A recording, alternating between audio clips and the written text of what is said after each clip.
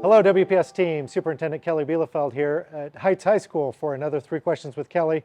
And I've got John Close and Jonah Beck, two members of the Heights community here in the welding lab here at Heights. So, John, tell us about the credentials and certifications that kids can get here in your classroom. Students go ahead and start in as a freshman, take Intro to Welding. As they kind of climb up the ranks into Welding 1, Welding 2, we offer WSU Tech dual credit. We can also, with us being a NC3 LEAPS Head Start kind of program, they get their early credentials with us, and then they continue on their education through WSU Tech.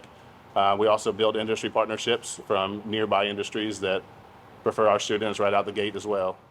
That's tremendous. And Jonah, you've been in this class 3 years, and you were telling me earlier that you've turned this into something additionally outside of school that helps you become future ready. Tell me about that. Yes, sir. So I work for a cattle company, and a lot of what we do is move cattle. In order to move cattle, we have to be able to pin cattle and build pins. And I've been able to take a lot of things out of this class, just being able to, from blueprints, basic joint structure, and being able to kind of build fencing and help my company in that sense of fashion. So you've taken some of the stuff you've learned in this class and applied it in your real job and making money from it. Yes, sir. Yes, that's tremendous. So last question, most important question, is a tortilla a bread? 100% of bread.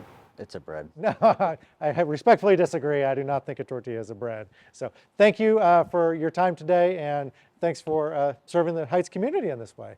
Thank you. Great to talk with you guys.